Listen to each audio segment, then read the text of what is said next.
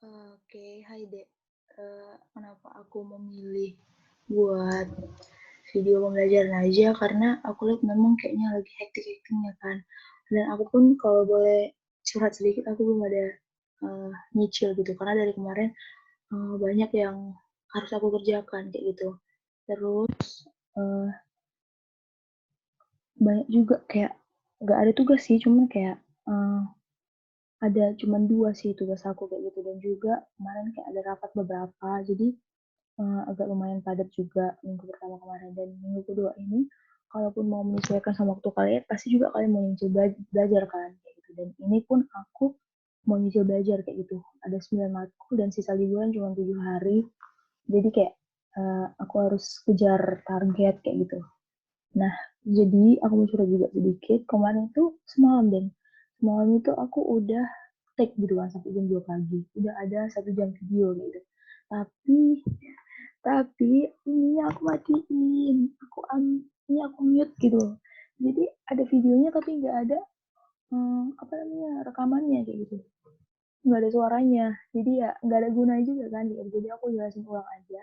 Sekaligus tadi aku udah coba eh, membahas soal UTS akuntansi yang tentang liabilities, current liability sama bonds payable. Jadi topik yang pertama ini current liability sama bonds payable dulu ya. Kalau yang korporasi aku belum dalamin lagi sih, nanti aku buat videonya lagi. Pokoknya sampai kalian UTS lah gitu. Jadi aku share screen ya. Jadi aku tuh sebenarnya udah bener-bener ngejelasin ya itu udah apa PPT-nya itu udah ada kayak gitu. Ini nih aku buat semalam nih. Tapi I forgot to unmute the voice video kayak gitu. Nah, jadi topik yang pertama itu current liabilities. Current liabilities itu apa sih kayak gitu kan? Nah, current liabilities itu utang atau kewajiban lancar yang dimiliki perusahaan dan akan jatuh tempo dalam waktu kurang dari 1 tahun. Jadi poinnya itu ini kurang dari 1 tahun. Dan kalau current itu lancar kayak gitu. Jadi kewajiban lancar. Uh, jadi current liabilities ini intinya dia tuh kewajiban dari perusahaan. Oh ya, aku mau ngasih uh, disclaimer dulu ya dari awal. Jadi uh, poinnya adalah di sini kita itu bercermin sebagai perusahaan gitu. Nanti akan ada saatnya kita sebagai investor. Jadi kan ini kan utang kan gitu. Jadi posisi kita belajar di sebuah UTS itu kita adalah sebagai perusahaan. Di mana perusahaan yang butuh kewajiban, yang butuh pendanaan, jadi dia itu ngutang kayak gitu. Mungkin modalnya perusahaan itu nggak cukup, jadi si perusahaan ini menerbitkan utang karena memang nggak cukup kayak gitu.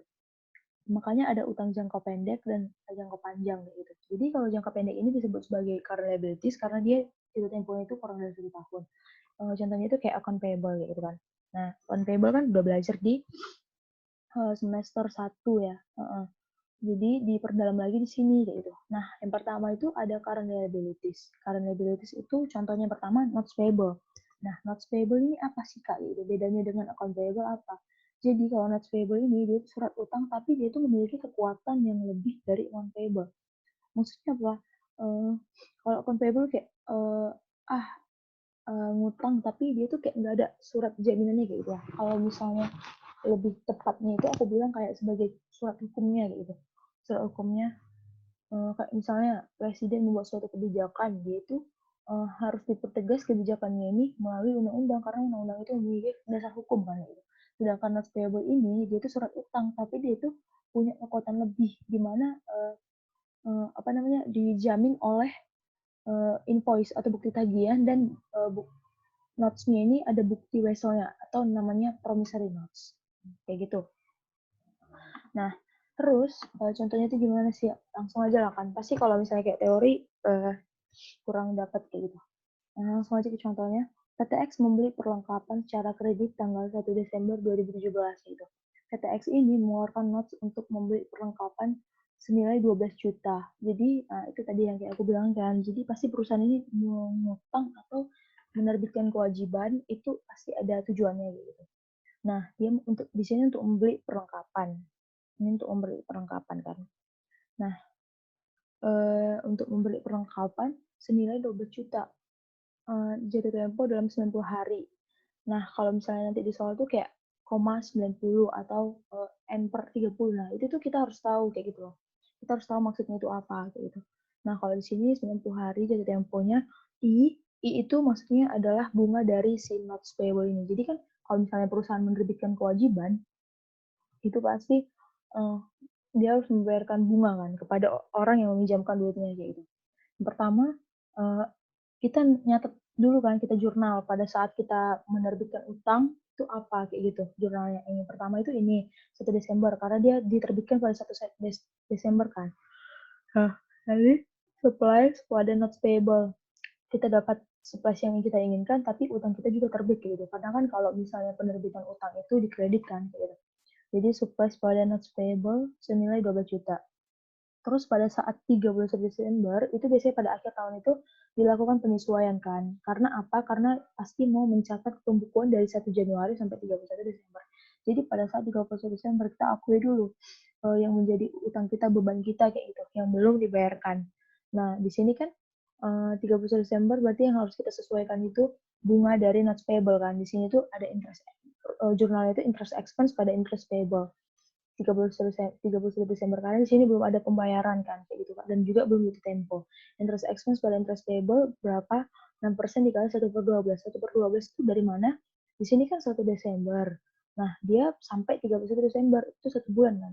1/12 atau bisa juga 30/360 dikali 12 juta itu sama dengan 60.000. Berarti bunga yang menjadi terutang dia itu yang belum dibayarkan tuh 60.000 gitu. Terus pada 1 Maret kayak mana sih penjurnalannya kalau misalnya dia udah jatuh tempo kayak gitu kan. Berarti 1 Maret tuh notes payable interest payable pada cash kayak gitu. Kita mau membayarkannya itu berarti kredit uang kita 12 juta 180 kan keluar karena apa? Karena kan dia 3 bulan nih. Berarti 1 Desember dari 1 Desember iya sampai 28 Februari kan itu kan 3 bulan. Nah, dicatatnya itu pada saat 1 Maret kayak gitu. Biar pas dia kayak gitu. Nah, notes payable di kredit 12 juta kali interest payable berapa semua totalnya? Total dari bunganya ini selama 3 bulan berapa? Nah, berarti 6% dikali 12 juta kan? Atau 60.000 ini dikali 3 bulan gitu. 180.000 kan? Nah, berarti total yang harus dia bayarkan itu pada saat jatuh tempo 12 juta 180 gitu. Yang kedua, sales tax payable. Sales tax payable ini pajak pendapatan, pajak penjualan. Nah, pajak penjualan itu contohnya Indonesia apa? PPN, kayak gitu. PPN, terus PPN ini kan apa namanya? Itu ibaratnya kayak kita di mana ya PPN contohnya di Indomaret ya. Pokoknya kayak gitu ada 10% PPN atau di apa di restoran ya kayak gitu lah. Nah, terus menerima pembayaran makanan, contohnya kayak gini. Misalnya kayak kan tadi aku bilang kan kita itu sebagai perusahaan atau sebagai contohnya di sini case-nya in case di sini tuh PPN itu contohnya restoran kayak gitu. Misalnya kita ini menjual makanan harganya 11.000. Kan di restoran itu kan 10% udah termasuk PPN ya kayak gitu. Berarti ada misalnya kita sebagai perusahaan lagi restoran kan. Nah, ada yang membayarkan makanannya itu sebesar 11.000 kayak gitu. Nah, 11.000 ini belum apa namanya? 11.000 ini udah termasuk 10% PPN kayak gitu. Berarti kita mau lihat gitu kan berapa sih sebenarnya sales tax payable yang harus kita bayarkan. Oh ya, sales tax payable ini nanti akan dibayarkan disetorkan ke rekening kas negara kayak gitu. Jadi, di sini kan pembayaran makanan 11.000 gitu. Berarti 11.000 ini udah termasuk dari PPN ya kan, nilai makanan ditambah value-nya, value added tax atau PPN. Value added tax-nya. Value added tax di sini 10% kan. 11.000 gitu. Berarti 100% dari makanannya ditambah 10% itu 11.000 gitu. Berarti 110% sama dengan 11.000. Jadi berapa sih yang hanya sales tax payable-nya aja 10% sama dengan X. Ini aku menjabarkan cara lamanya ya gitu. Berapa gitu. berarti kali silang dapat dia PPN-nya 1.000 kan. Berarti nilai pajak pendapatan dari restoran itu ialah 11.000 dikurangi 1.000. Nilai pendapatannya 11.000 kurang 1.000, 10.000. Berarti kalau nilai pendapatannya 10.000, berarti berapa sih pajak penjualannya kayak gitu? Itu adalah 1.000 kayak gitu. 11.000 dikurang 10.000, berarti 11.000. Berarti jurnalnya gimana gitu?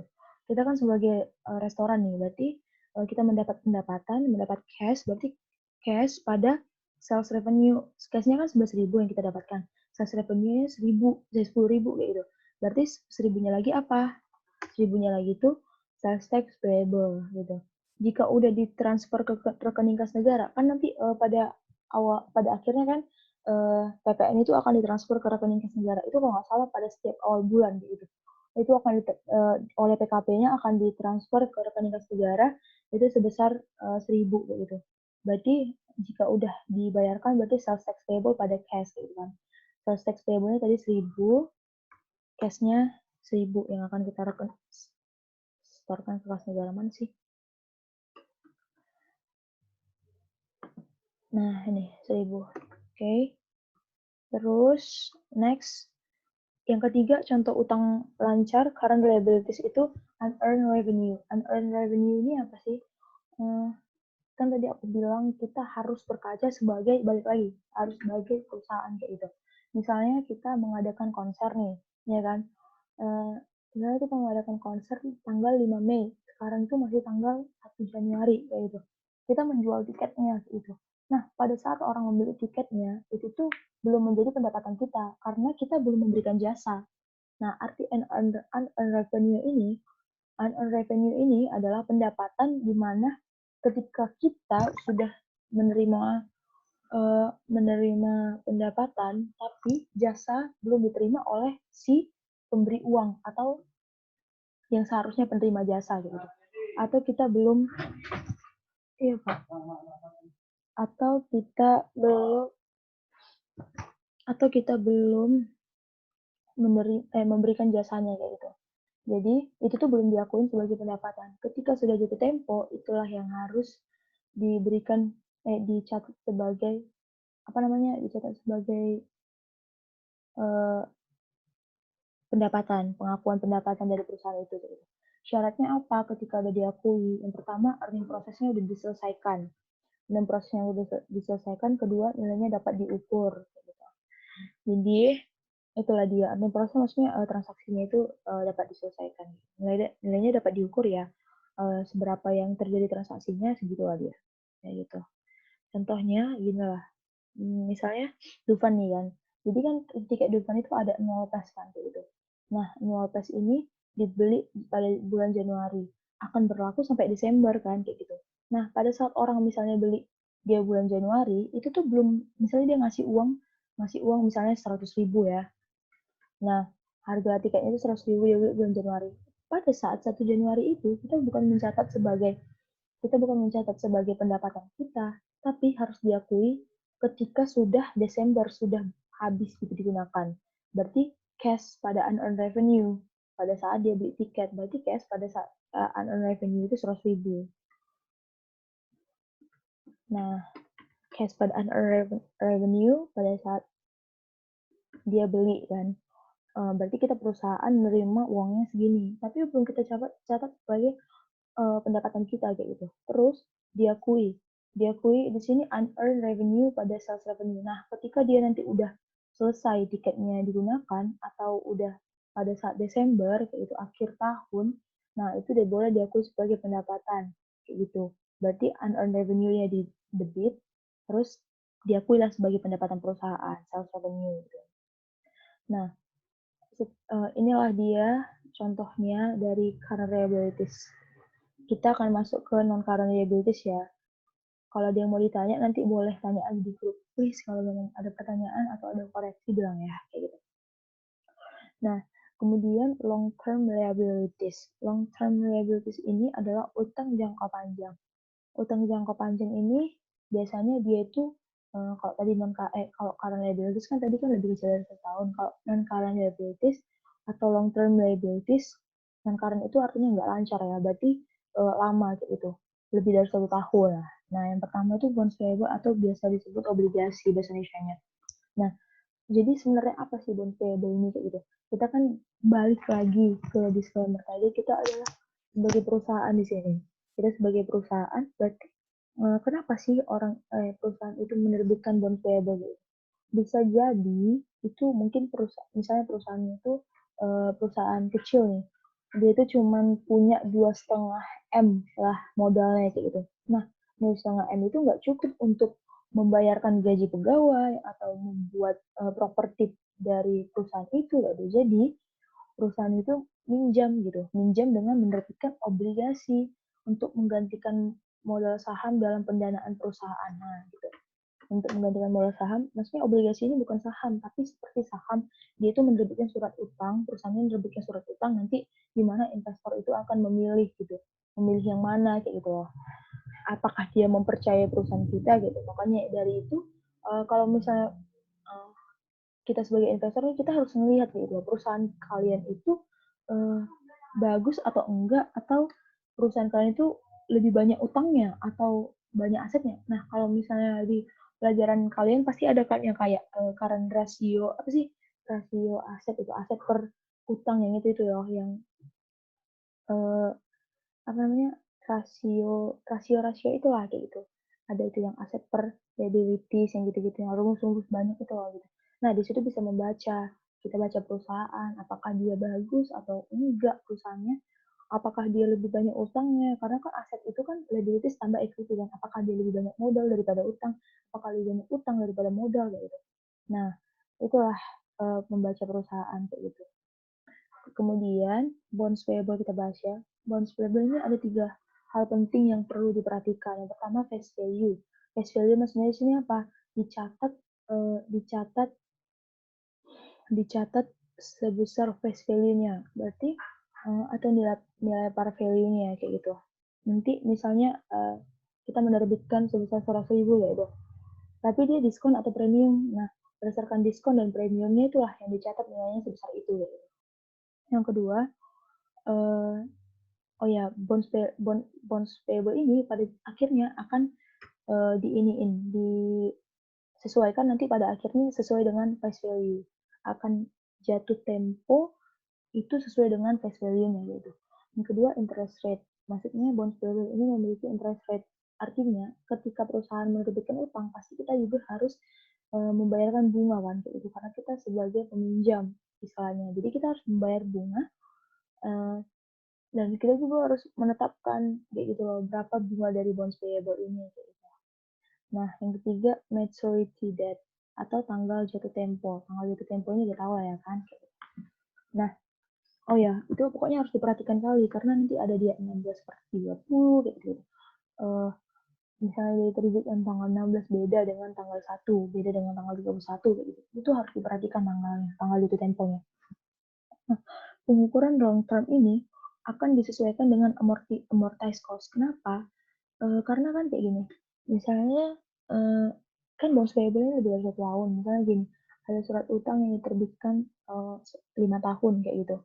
5 tahun ini nanti akan kita catat pada tahun ini, dia itu berbeda nilainya dengan 5 tahun. Makanya yang di 5 tahun ke depan itu diproyeksikan ke tahun ini kayak gitu. Makanya ada time value of money dan kita pelajari nanti kayak gitu. Jadi amortized cost ini ada ketika memang nilai di 5 tahun ke depan itu berbeda dengan bonds payable yang kita terbitkan pada saat tahun ini kayak gitu. Makanya itu dipengaruhi oleh time value of money kayak gitu.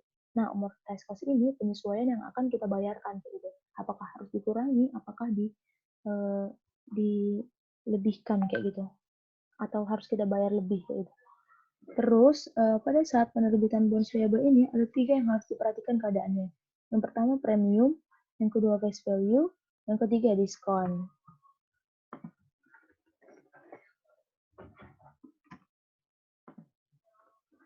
Yang pertama premium. Premium itu artinya interest rate bond itu lebih besar dari effective rate. Maksudnya itu gimana sih kayak gitu kan? Nah, seperti yang tadi aku bilang, bonds payable itu kan diterbitkan dari 2 sisi kayak gitu.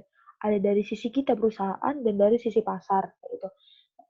Pasar ini maksudnya apa? Dia itu memproyeksikan pada saat beberapa tahun ke depan dia tuh kayak mana sih nilainya kayak gitu loh. Jadi eh, misalnya kita bonds payable nih kita terbitkan, weh, aku nerbitkan ini nih bonds kayak gitu.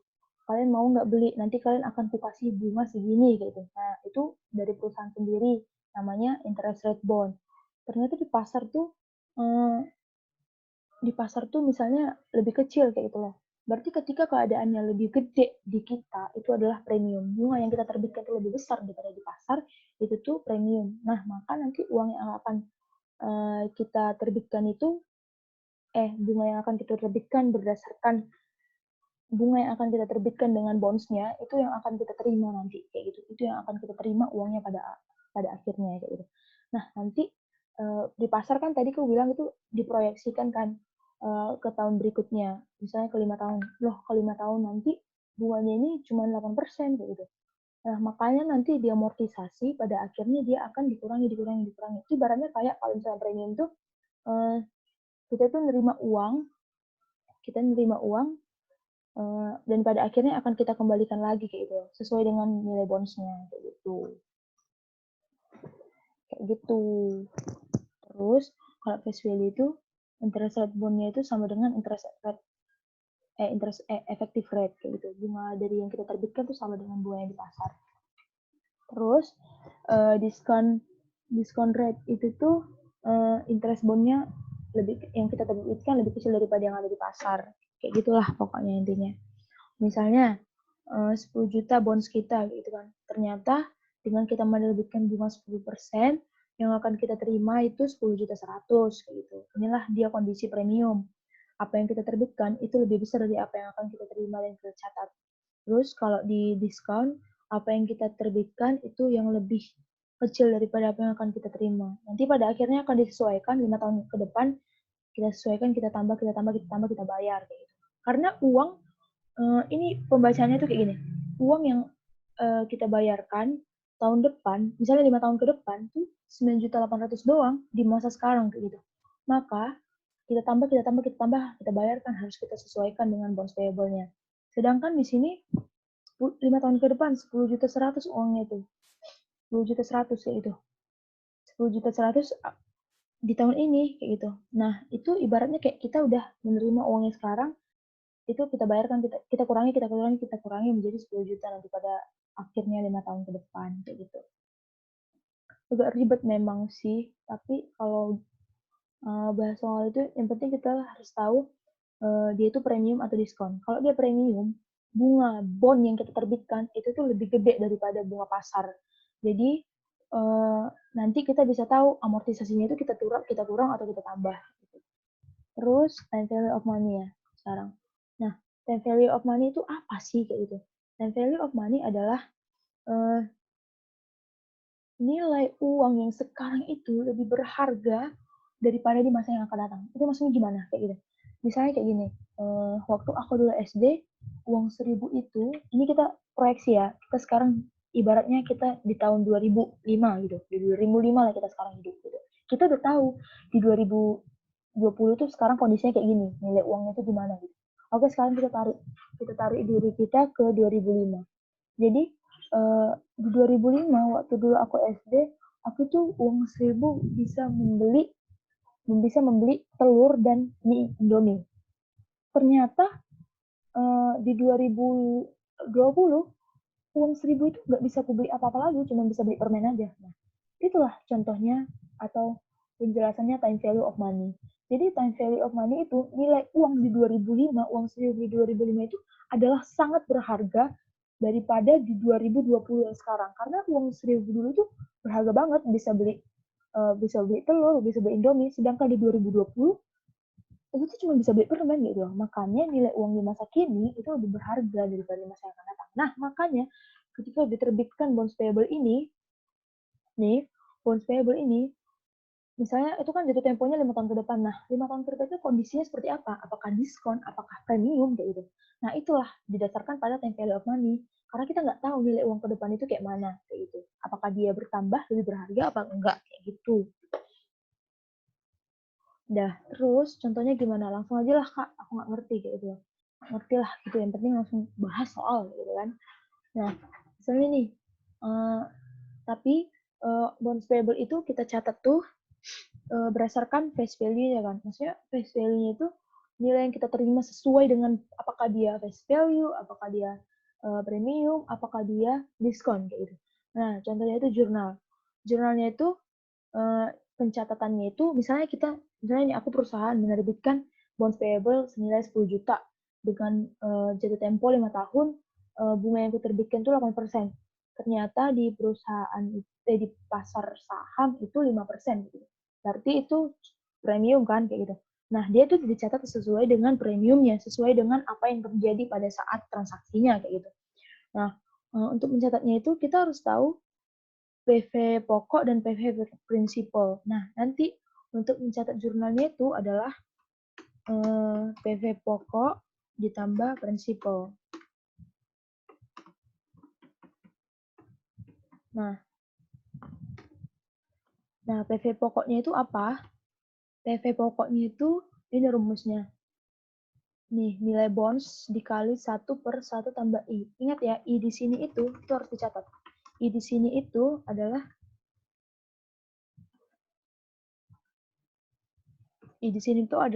bunga pasar. Ingat bunga pasar. Kalau R itu adalah bunga bonds. Oh, udah ada itu ya, bunga bonds gitu. Jadi di sini tuh bunga pasar. Nah, rumus PV prinsipal itu pokoknya untuk mencatat jurnal itu PV pokok ditambah PV prinsipal. Itulah yang kita catat di jurnalnya nanti. Gitu. 1 dikurang 1 per I tambah pangkat N pernya ini panjang ya teman-teman. Pernya ini panjang.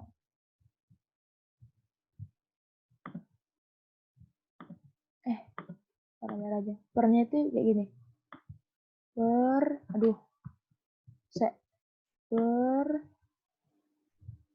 I. Nah, ini rumusnya ya. Oke, rumusnya itu gini. Per I-nya panjang. Dikali nilai bonds, dikali R. R-nya itu bunga bonds, kayak gitu.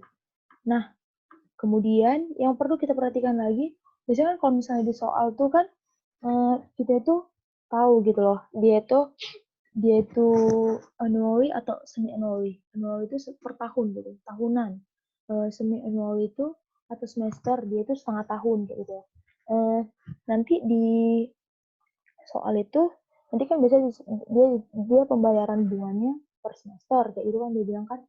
Nah, per semester dia bilang apa namanya? Per semester. Jadi kalau per semester itu ingat aja ini konsepnya. Konsep per semester tuh ini.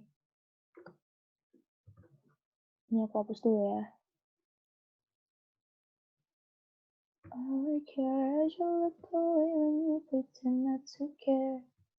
Oke, ini tuh semi annually. Ini tuh 5% kayak gitu. Ini 5% contohnya. Tapi dia bilang semi annually atau semester. Per semester gitu. Jadi ini itu dibagi 2, N-nya dikali 2. Jadi setiap bunga dibagikan 2, N-nya dikali 2. Kayak gitu. Ibaratnya kayak misalnya satu tahun misalnya 5 tahun itu kamu hanya membayar bunga selama 5%. Ternyata dipotong tuh dibagi 2. Berarti dalam satu tahun itu kamu bagi 2 kali kayak itu kan bayar bunganya. Tapi bunganya ini 2,5% kayak gitu. Misalnya Januari sampai Desember nih, kan dia dibayar pada saat bulan 6 kayak gitu kan, bulan 6. Berarti dari bulan Januari sampai bulan 6 itu 2,5%, bulan Januari sampai bulan bulan Juni sampai bulan Desember itu 2,5% juga. Pas kan satu tahun itu 5% gitu. Tapi dipecah 2%, 2,5%, 2,5%. Terus, gini aja deh biar kebayangnya. Kenapa dia bisa kayak gitu? Misalnya nih, ini tuh dalam 5 tahun misalnya kan. Nah, dia itu kan semi annually, berarti per semester, berarti dia itu pembayarannya setengah tahun kayak gitu. Ibaratnya satu tahun itu kan 5% nih. 5%. 5%. Nah, ini dalam satu tahun. Tapi katanya dia semi annually, berarti dia cuma bayar tuh setengah tahun kan. di sini 2,5%, di sini 2,5%. Makanya I-nya bagi 2, ternyata N-nya itu kan banyak membayar kan. N-nya itu banyak membayar, N-nya itu dari 1 tahun tuh jadi bayar 2 kali dia gitu. Makanya dalam sum annually N-nya itu dikali 2, I-nya itu dibagi 2 kayak gitu. Makanya kalau misalnya dia yang aturannya bayarnya 1 tahun itu 1 kali 5%, tapi dia dipecah jadi 2,5%, 2,5%. Nah, dia bayarnya sebanyak 2 kali kayak gitu. Itu dia konsepnya. Oke. Belajar ayo kembali dan suka. Oke, langsung aja kita masuk ke soal nih. Misalnya nih dibilang soal diterbitkan. Oh, ini nih. Kemarin tuh aku ngerjakan soal yang ini.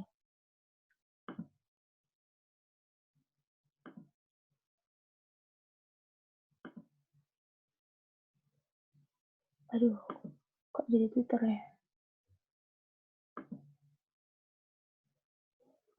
Soal UTS, bukan soal UTS. Nah, aku kerjain sama gue. Mana ya soal latihannya? Nah, ini dia. Sabar ya teman-teman, lemot banget ya.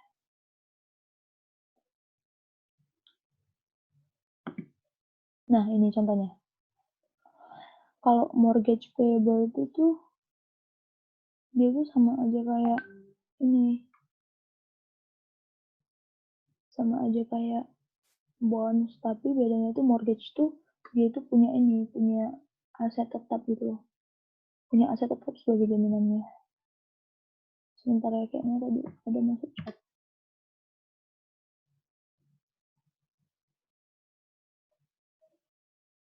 Oke, nggak ada pertanyaan penting. Terus,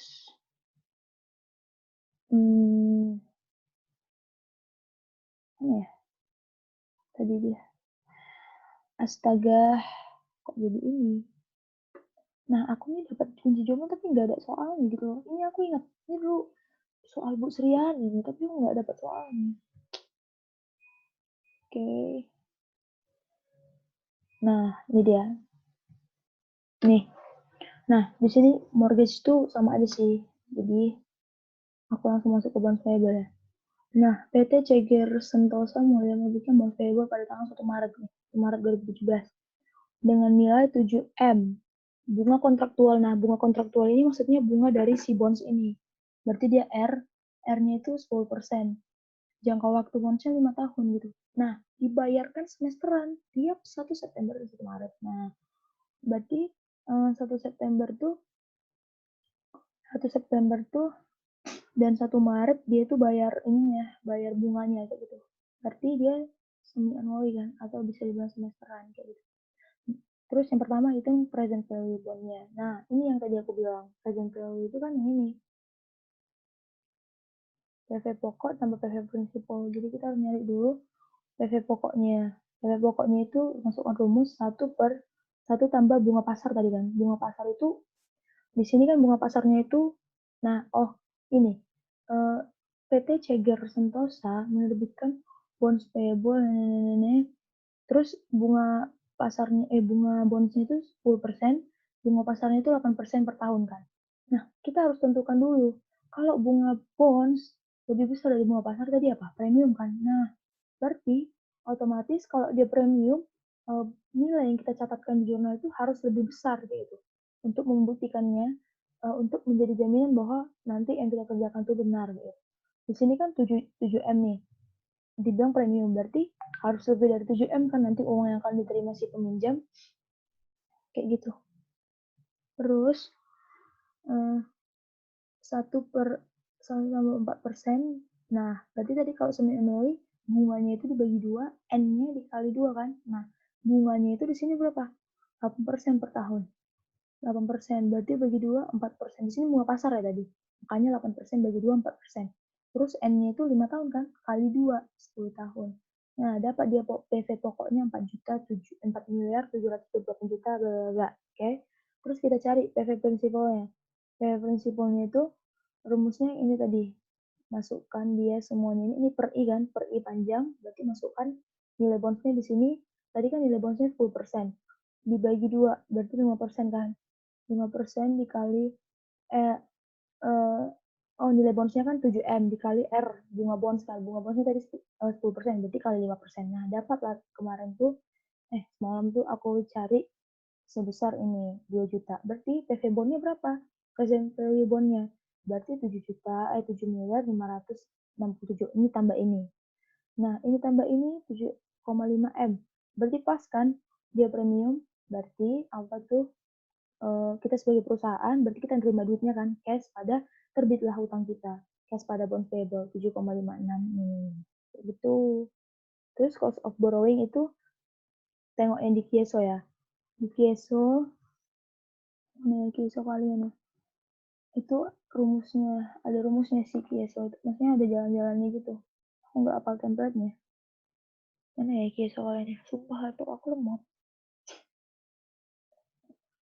Nih.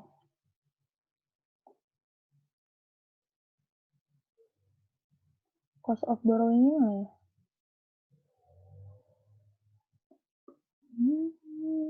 Pasangan terlebih besar. Mana dia? Cost of borrowing.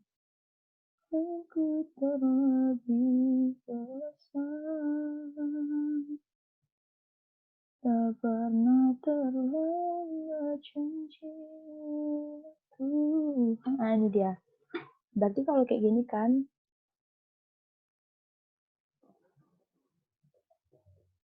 mana nih cost of borrowing tadi cuy?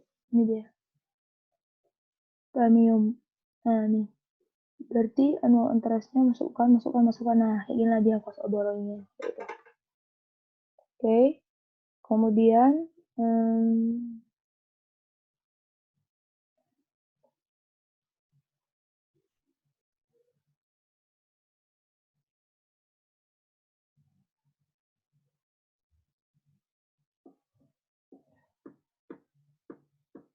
mana sih guys? Tadi soalnya. Nah, ini. Tadi ini jurnal penjualan bonds tanggal 1 Maret. Nah, jurnal penjualannya itu cash pada bonds payable ya. Terus dia bilang di sini apa? Jurnal pembayaran bunga tanggal bunga dan amortisasi. Oke, ini kan udah ada ininya ya. Kayaknya aku jelasin dari sini aja ya. Apa tadi soalnya? Pembayaran bunga dan amortisasi pada pembayaran bunga. Berarti amortisasinya itu pembayaran bunga kan harus disesuaikan. Berarti kita harus buat ini dulu. Nih apa namanya schedule-nya. Nah schedule-nya ini biasanya kalau kalau aku sih tahun lalu tuh diminta ya dikerjakan gitu. Jadi karena di sini tuh kondisinya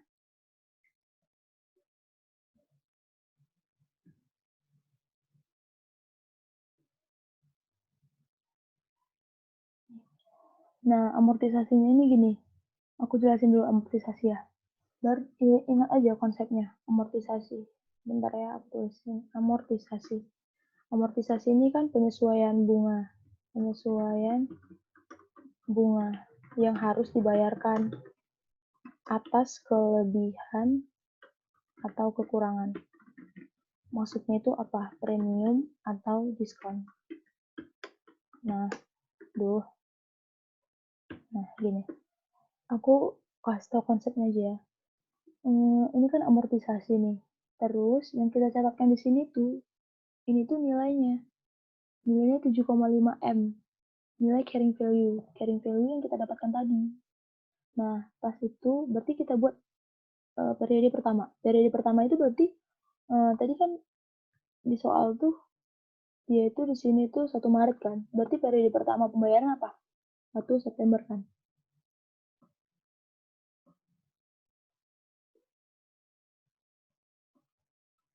Mana sih dia? Oh, 1 September, 1 Maret lagi. 1 September, 1 Maret lagi. 1 September, 1 Maret lagi. 6. 1 September, 1 Maret lagi 8 pas kan? Jadi di sini 1 September, 1 Maret, 2, 3, 4, 5. Nah, gitu. Jadi karena dia inilah yang aku bilang tadi dikali 2 gitu loh. Ini tahun pertama, tahun kedua, tahun ketiga, tahun keempat, tahun kelima. Terus di sini tuh penyesuaian bunga yang harus dibayarkan. Terus, nah kalau misalnya di sini kan kata tadi konsep soal kita itu kan premium kan. Nah, karena dia premium, karena dia premium, kan tadi kayak yang aku bilang, berarti 5 tahun ke depan itu nilainya itu 7,5 M kayak gitu. Nah, pada saat tahun kelima itu semua itu harus dikurangi nanti. Harus dikurangi sesuai dengan face value. Ingat tadi prinsipnya dia itu akan jatuh tempo dan pada akhirnya akan menjadi 7M. Akan menjadi sesuai dengan nilai bondnya dibayarkan kayak gitu. Makanya di sini kalau dia premium, dia itu catat sebagai carrying value-nya, dia itu akan berkurang nanti. Kalau ibaratnya kalau premium itu kan kita itu kan menerima lebih kan.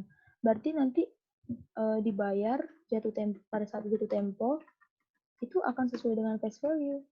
Nah, karena kita awalnya udah menerima lebih, berarti kita kurangi kayak gitu. Nah, kalau dia diskon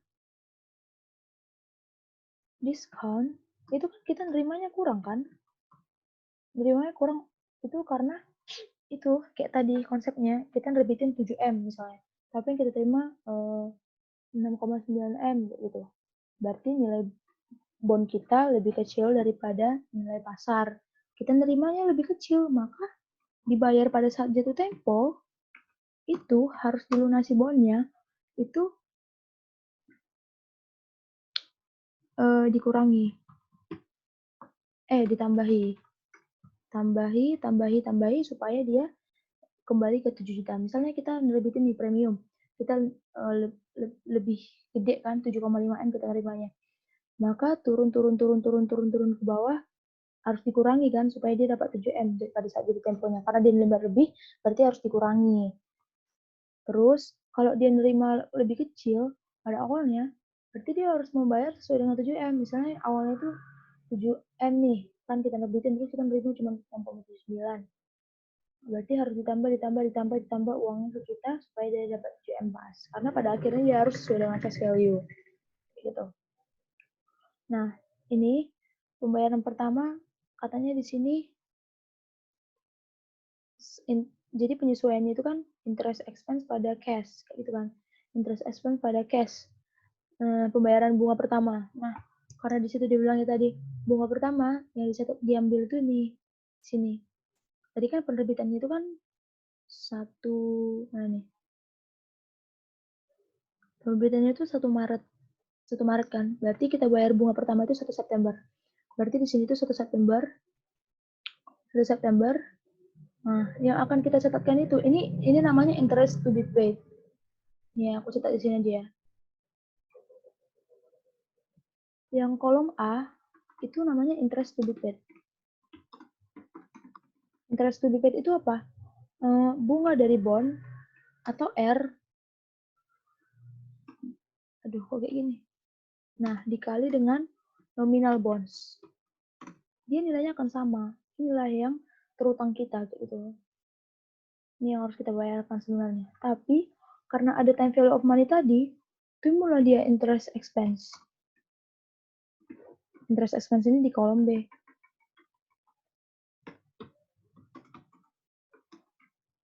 Interest expense ini rumusnya bunga pasar dikali carrying value. Nah, jadi yang nilai C itulah namanya amortisasi. Kalau kolom D itu sisa amortisasi. Kolom E itu carrying value. Nah, di kolom A itu interest to be paid. To be paid-nya itu 350 juta. Dari mana? Dari nilai bonds. Bonds-nya itu tadi 7M kan, dikali nilai nominalnya. bunga bonds maksudku. Nominal bondsnya kan 7M. Berarti dapatnya itu dari mana? 7M dikali 5%. Tadi kan 10% kan, tapi karena dia semi onoli jadi dibagi 2, jadi 5M. Berarti 3,350 juta. Nah, kolom B itu gini. Kolom B itu dapatnya dari carrying value sebelumnya dikalikan sama bunga pasar. Itulah dapat nilainya segini. Berarti untuk nyari carrying value yang di kolom 2, interest expense yang di kolom 2, berarti carrying value yang kedua dikali carrying value yang pertama, tahun pertama dikali sama bunga pasar. Dapatlah ini, kayak gitu. Makanya untuk nyari yang ini ya, ini itu tuh 7,56 bla bla bla bla bla dikali sama 4% bunga pasarnya. Nah, dapatlah dia nilainya segini. 302 bla bla bla bla. Nah, 302 gini aja lah. Oke, kan ada selisih nih. Nah, selisihnya nih itulah namanya apa namanya? Namanya itu selisihnya itulah namanya amortisasinya. Nah, inilah yang akan kita catatkan gitu. Karena dia awalnya 7,5 M. Loh, aku kan nerbitin bunga 7M, tapi yang kuterima 7,5 M. Berarti untuk 5 tahun ke depan aku harus mengurangi uangnya, harus kebalikkan gitu. Sebesar apa? Sebesar ini per semesternya. Nilai bunganya 47,290600. Ibaratnya kau itu kayak kelebihan nerima lah, berarti kau harus membalikkan kayak gitu. Membalikkan dari bunga amortisasinya sebesar ini. Berarti ini carrying value dikali bunga pasar dimasukkan ke sini, itu menjadi interest expense di sini. Nah, interest payable ini tuh ini ya, ini kasusnya udah dibayar ya, weh. Kalau belum dibayar itu kayak gini. Kalau pengakuan bunga pasar, bunga amortisasi. Kalau dia itu kayak gini, interest expense pada interest payable. Tapi kalau interest expense-nya ini kan di sini 302 nih. Interest payable-nya 350. Wah, kelebihan nih utangku. Berarti harus kubalikkan kayak gitu. Kukurangi itu di bonds payable namanya. Inilah, ini yang kau catat ini sesuai dengan amortisasinya. Selisihnya kayak gitu. Ini kalau kondisinya premium. Tapi kalau kondisinya diskon kan tadi kau kekurangan nih, berarti kau harus menambahkannya. Karena kekurangan, berarti harus ditambahkan. Kalau ditambahkan utang tuh, berarti dikreditkan. Kondisi diskon.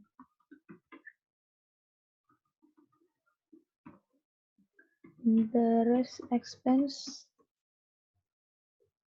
bonds payable sesuai dengan amortisasinya. Ini interest payable. Nah, itu dia. Ingat aja, kalau dia kondisinya premium, berarti kau kelebihan nih membayar, berarti harus kelebihan utang nih, berarti kau harus kurangi supaya dia sesuai dengan bondsnya. Kalau kau diskon, kau kekurangan nih, berarti harus nambah utangnya supaya dia nilainya segini, kayak gitu. Terus kalau kondisinya di sini kan tadi pembayaran pertama itu interest expense, berarti kalau misalnya dia udah dibayar, langsung aja interest expense, dibilang ya pembayaran bunga amortisasi, langsung aja interest expense pada bonds payable pada cash kayak gitu. Berarti untuk menjawab semua ke bawah itu, kita harus buat tabelnya ini. Kalau udah dibuat tabelnya ini, udah langsung terjawab semuanya. Terus jurnal penyesuaian 31 Desember. Ya, interest expense pada interest payable. Itulah jurnal penyesuaian. Terus, kayak mana kalau kondisinya dia bilang redeem bond. Redeem bond itu, gini, redeem bond itu terjadi ketika apa sih? Bond itu terjadi ketika dia itu dilunasi tidak sesuai tanggal jatuh tempo. Makanya kalau redeem bond itu jurnalnya itu bonds payable ada cash. Di sini bisa jadi loss on redeem atau bisa gain on redeem. Ingat aja kalau misalnya dia mau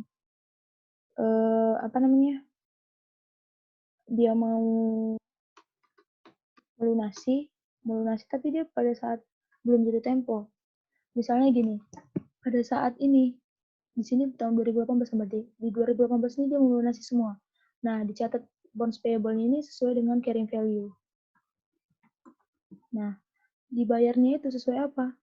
Misalnya dia bilang dibayar at 105 gitu. Berarti 105 ini maksudnya 105% dari nilai bond. Misalnya 105% tuh misalnya di sini kan 7,4, 105% tuh berarti 75 misalnya 7 berapa sih 105% di 5% dikali 77 M. Nih, 735, 7,3 M.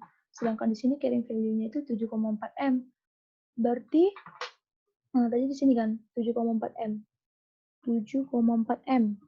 Tapi dia itu melunasinya pada saat 105 dia bilang.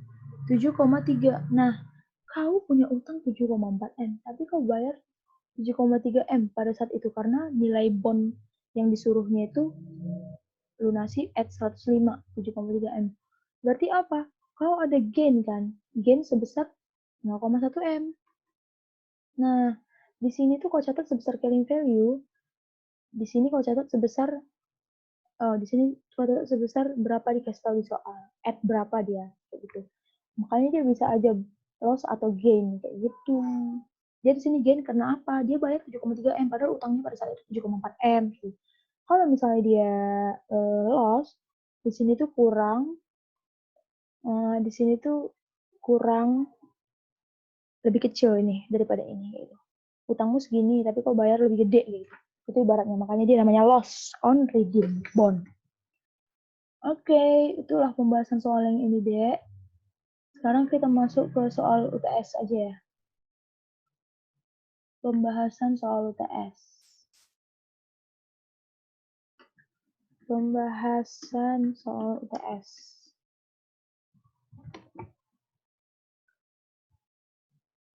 Ini ya, aku bahas yang ini ya. Soal liabilities 1. Soal liabilities. Bentar ya. Unlike your eye, you look away. Nih, lihat nih. Semalam tuh aku udah buat nih ya. Jam 1 nih. Asli dah. Nih, jam 1.50 nih. Ini aku udah buat tapi nggak ada suaranya. Ya udahlah pikirku. Hapus aja lah ini. Nih, hapus aja deh. Wow, ya udahlah nggak usah, nggak bisa pun. Dah.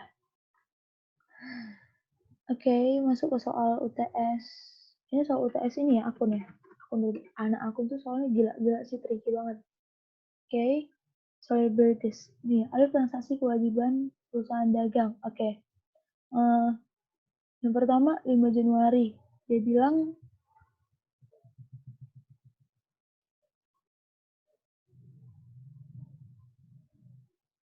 ini soalnya itu bentar-bentar. Ini KBN Astra lalalala. KBN aku tuh lupa-lupa. Tapi kalau mau dibahas sih nggak apa-apa. Mana ya? Tapi aku udah ngerjain soalnya nih semalam. UTS. Mana soal UTS nya woy?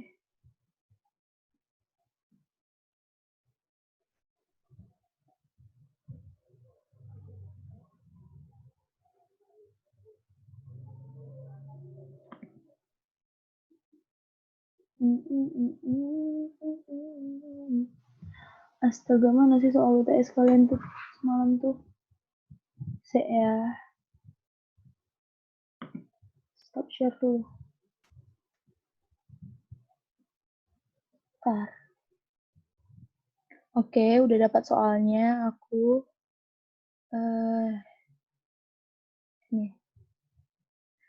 Aku udah dapat soalnya. Nih. Woi, mana dia, woi? Woi. Ah, ini dia. 2018 dan 19. Oke. Nih. current liabilities ya. Yang pertama soal liabilities. Oke, 1 November perusahaan membeli barang dagangan secara kredit dengan syarat 2/10 N/90. Berarti membeli barang dagangan secara kredit, berarti dia pakai utang kan? Berarti barang dagangan di debit, berarti dia nerima barang dagangannya.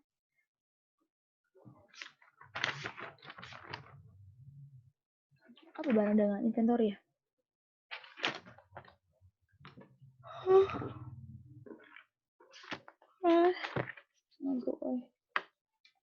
Inventory pada account payable.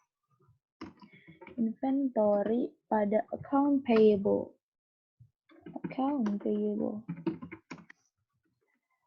I like your eyes, you look away when you pretend not to care. I like dimples on the corner of the smile that you wear. I like your more too, but don't be scared. Astaga, aku belum makan dari pagi, lapar. Terus yang kedua 16 November ya? 16 November. Aduh, kok jadi merah merona dia.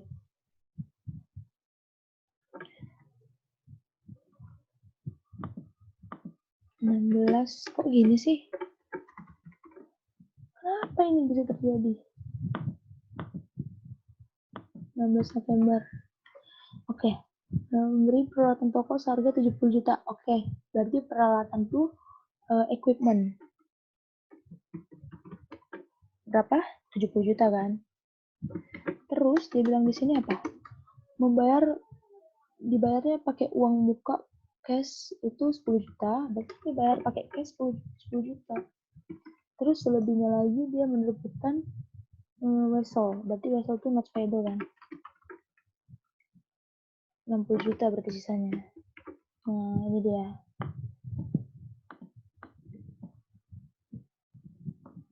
I like your eye, you look away when you pretend not to care. I like your dimples on the corner. Oke, lanjut. Thank you. Berarti lanjut. Dijual barang dagangan. Berarti ingat ya konsepnya kita di sini sebagai PT kan, nah perusahaan.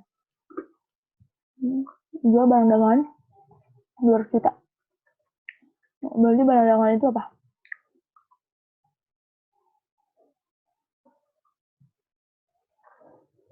Oh, barang dagangan. Tapi dia bilang mengungut PPN.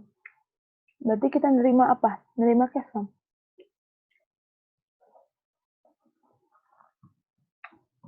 Bisa aja juga sih orang yang membeli itu ngutang, tapi kita ibaratkan sini cash. Jadi udah lunas ya.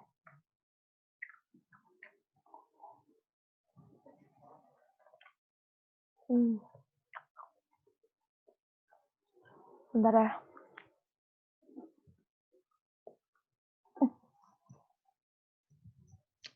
Oke. Cashnya itu 20 kan berapa? 26 ya?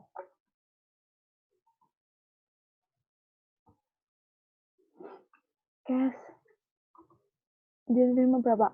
Katanya 200 juta, terus memungut juga 20 juta, berarti 200 tambah 20 juta. 220 juta kan kita nerimanya. Terus kayak tadi konsepnya, yaitu kan kita dapat sales revenue juga, pendapatan, sebagai pendapatan. Sales revenue-nya berapa? 200 juta. Terus PPN-nya berapa? Sales tax payable 20 juta. Gini dia. Lanjut. Habis 10 November, 1 Desember. 1 Desember tuh perusahaan menjual tiket. Nah, kayak tadi. Perusahaan menjual tiket kita sebagai perusahaan. Berarti kita sebagai perusahaan di sini. Tunggu dulu ya, aku lihat dulu apakah suaranya ini ada.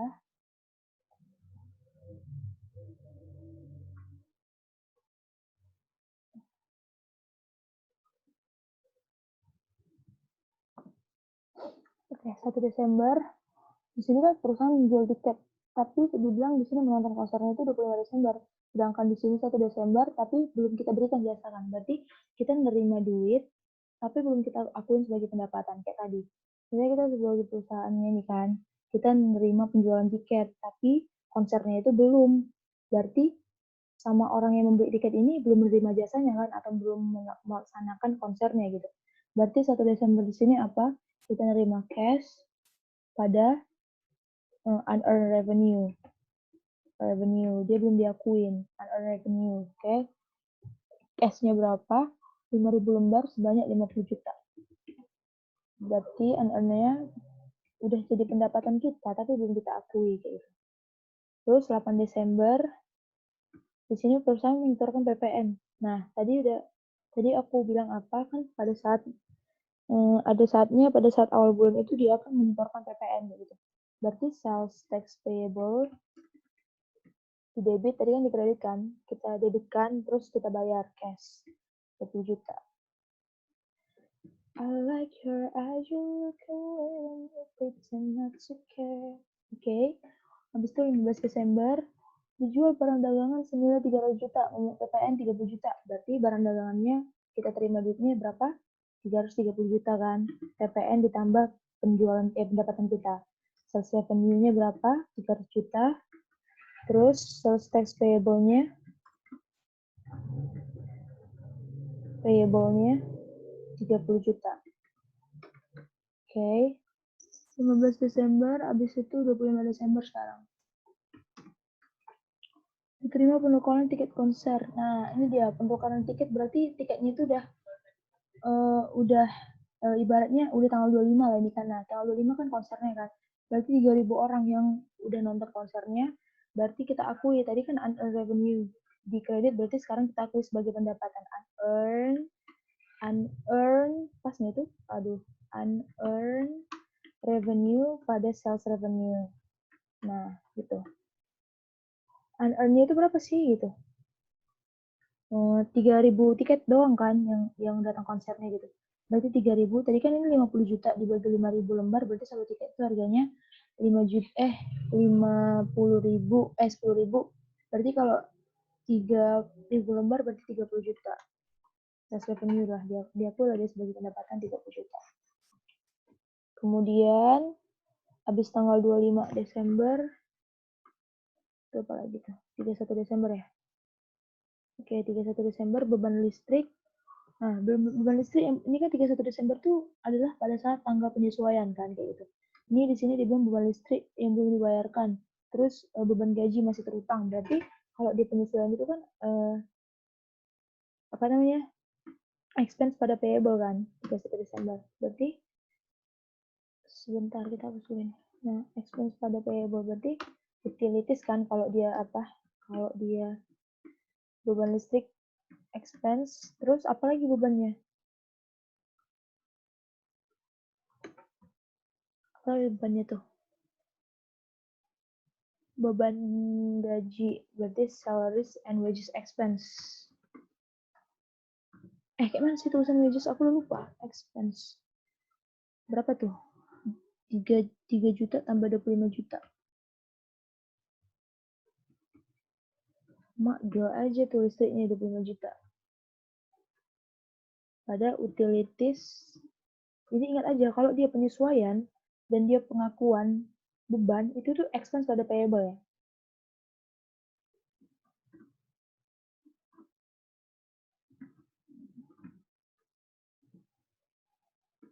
Kok expense lagi sini? Nih, 25 juta. 3 juta. Gitu. 31 Desember terus apa lagi tuh? Berdasarkan perhitung ya berdasarkan perhitungan masih ada yang pajak penghasilan. Nih, pajak penghasilan yang masih harus dibayar. Berarti masih ada terutang kan? Berarti income tax, pajak penghasilan kan, PPh kan income tax kan, expense. Itu berapa sih? 25 juta. Income tax payable 25 juta. Terus 31 Desember dia bilang penyesuaian terkait bunga, berarti bunga terutang atas notes payable. Nah, notes payable tadi di mana? Di sini kan? Ini dia. Berarti ini yang belum dibayarkan dan belum jatuh tempo sama sekali, berarti ada bunga yang terutang pada saat 31 Desember. Berarti ini dari 16 November ke 31 Desember tuh ada berapa hari tuh? 16 ke 30 November ada 14 hari kan? 14 tambah 31 berarti 45 kan? Berarti kan interest expense pada interest payable. Berapa sih gitu? Perhitungannya itu berarti bunganya kan 12% dikali 70M. 70 juta, woi, kok 70M pula? 70 juta dikali berapa hari dia?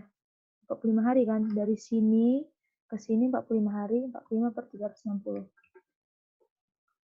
45 per 360 ya. Oke. Dapatlah dia 900.000.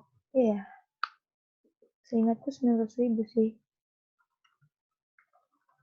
Kali 70 juta. 70 juta kali 45 per 360.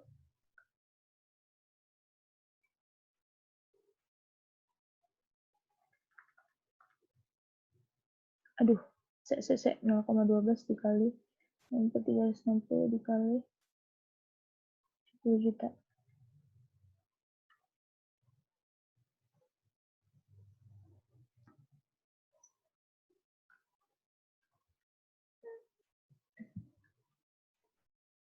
$60 juta lah, astaga. 60 juta ya guys. Notes-nya itu notes payable 60 juta. Jadi dikali 60 juta.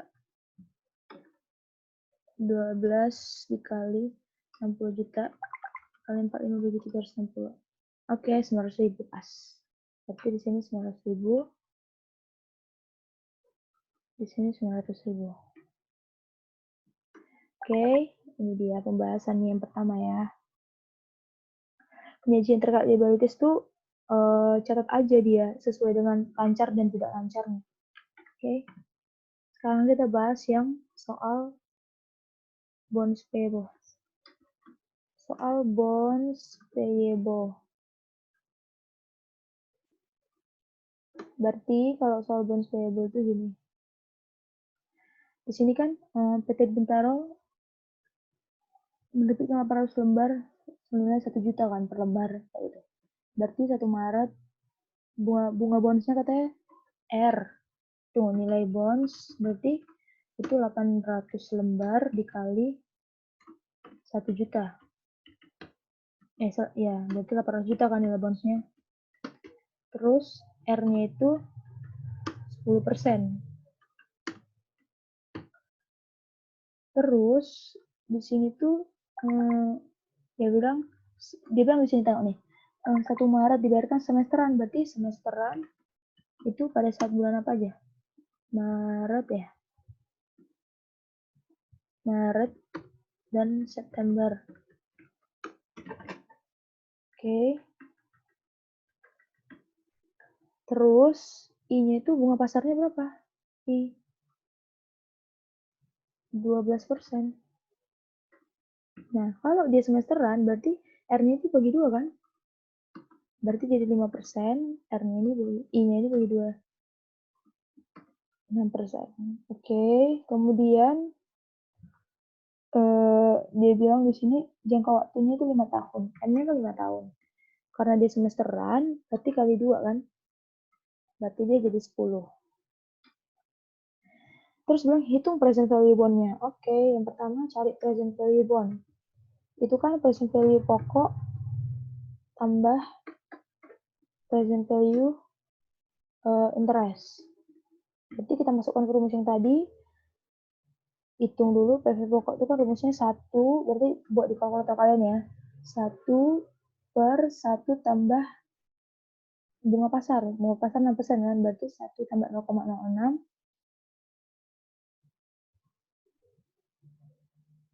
pangkat 10 pangkat N dikali 800 juta. Dapatku, aku hitung di sini 4M 467 juta 185.000 44 juta. Astaga. 44.671.000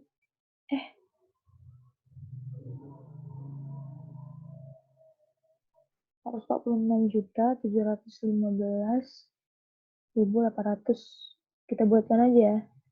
822 gitu. Di sini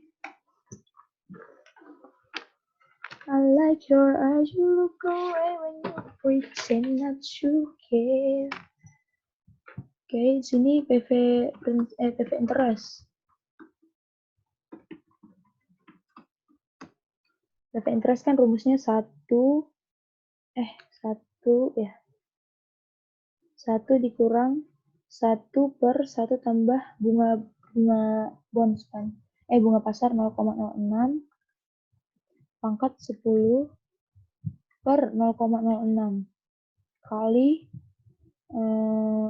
bunga pasarnya 5%, terus dikali sama bunga bond nilai bondnya 400 juta. Dapatku di sini 294.403.482. Oke, berarti PV bondsnya berapa?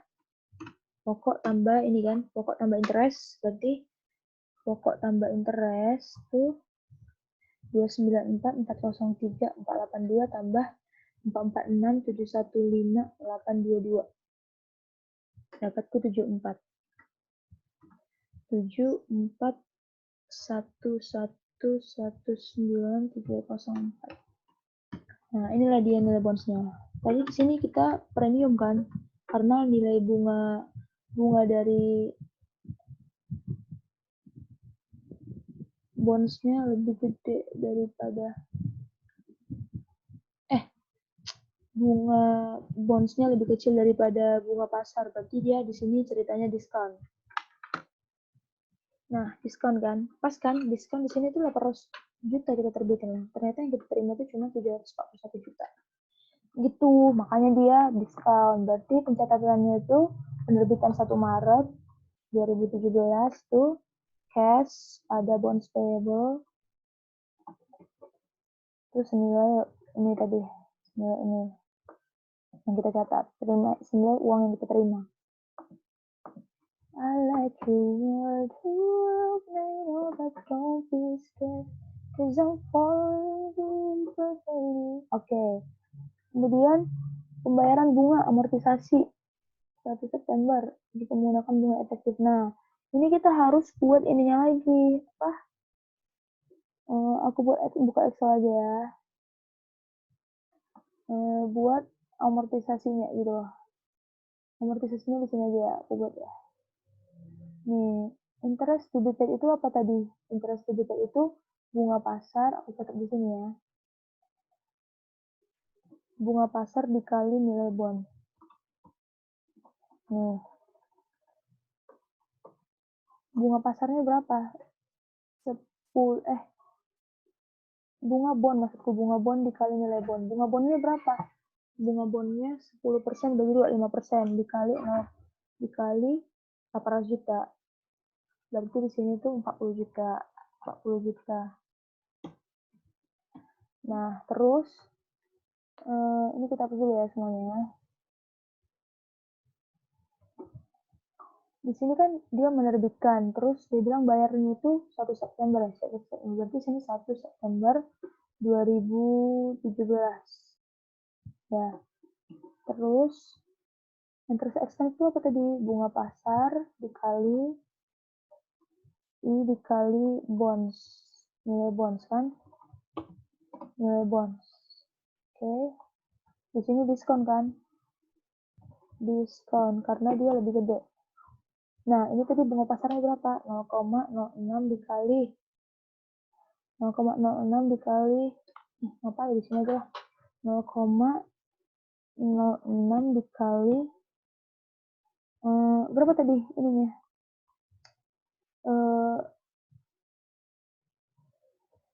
Carrying value-nya kita cari ini kita itu berapa? Ini kan? Ini harus dicatat nih. Ini pada saat issue penerbitan. Berarti di sini dia.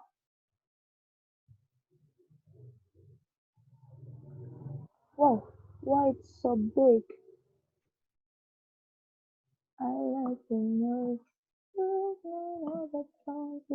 Nah, ini tuh berarti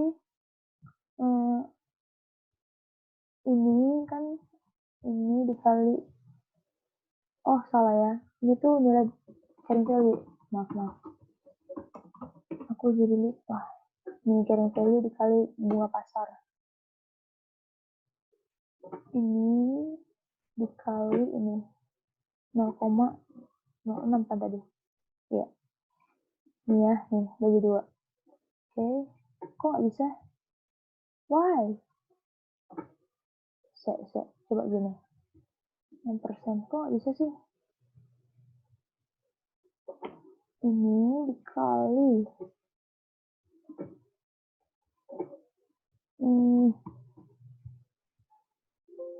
nggak bisa guys,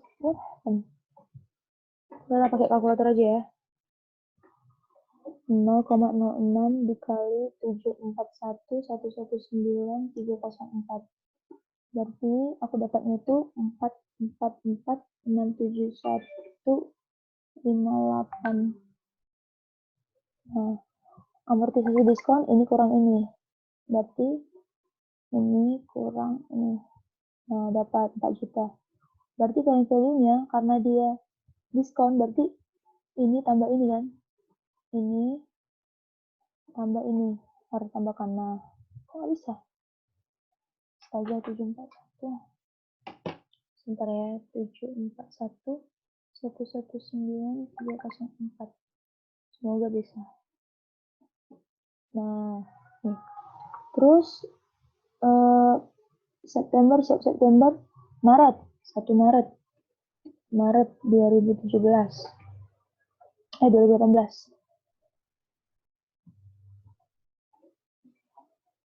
Ini kan sama juga kan? Ini sama dengan ini. Terus ini udah berubah dong. Karena dia carrying value dikali 6%. Nah, terus amortisasinya itu ini kurang ini. Nah, naik terus itu nanti. Nilainya tambah ini. Nah, gitu-gitu aja sih. Kalau dia amortisasi itu. Ini 2018. Ini sama dengan ini. Berarti ini itu ini dikali 6%. Ini tuh ini kurang ini tambah ini. Nah, kayak gitu. Nah, kayak gitu itulah dia. Terus apa di sini ditanya? Jika amortisasi menggunakan efektif. Nah, ada 2 metode sebenarnya amortisasi itu. Metode garis lurus sama metode apa namanya? Efektif rate ini. Metode garis lurus itu nanti kalau misalnya carrying value nilai bonds itu dibagi sama jumlah tahunnya. Jadi itu akan sama semua itu. Oke. Efektif rate itu namanya efektif rate. Terus ditanya di sini amortisasi menggunakan bunga efektif 1 Maret, 1 September, dan 1 Maret kan. 1 September itu mana? 2017 ini kan. Berarti yang kita catat itu 1 September kan. Jadi 1 September 2017 itu kalau dia pembayaran bunga itu kan dia bilang di sini langsung bayar kan. Berarti interest expense pada cash. Nah, interest expense-nya itu apa? Sebesar ini kan.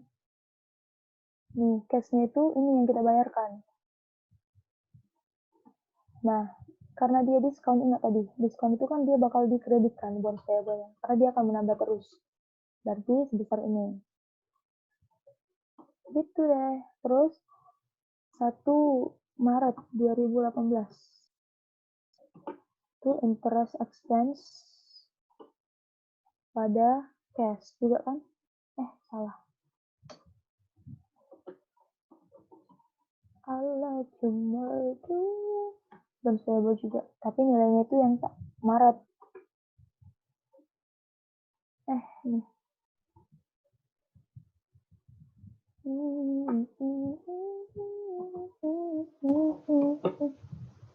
Nih, gimana dia? Terus dia bilang apa nih? Melunasi 2 lembar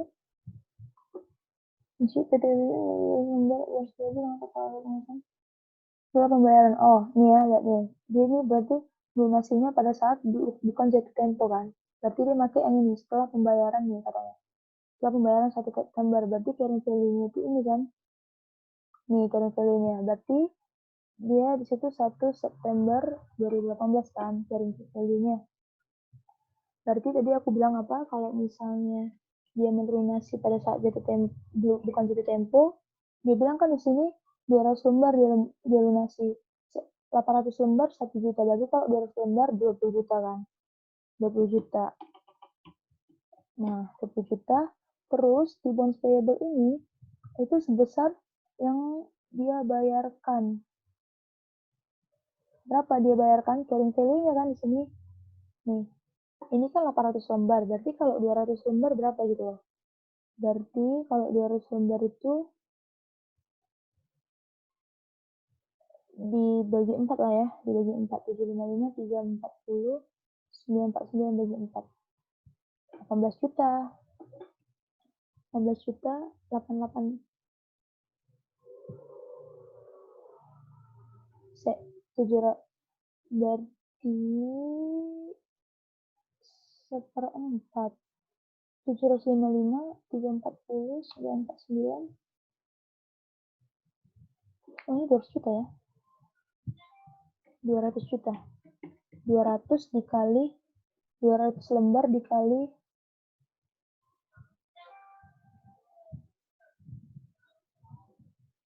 dia buat di sini melunasi 200 lembar dengan total harga pelunasan 190 juta. 190 juta berarti kan. Terus bonds payable-nya di sini itu sebesar nilai carrying value. Carrying value-nya itu berapa? Ini kan untuk 800 lembar. Berarti kalau 800 lembar dia itu sebesar ini.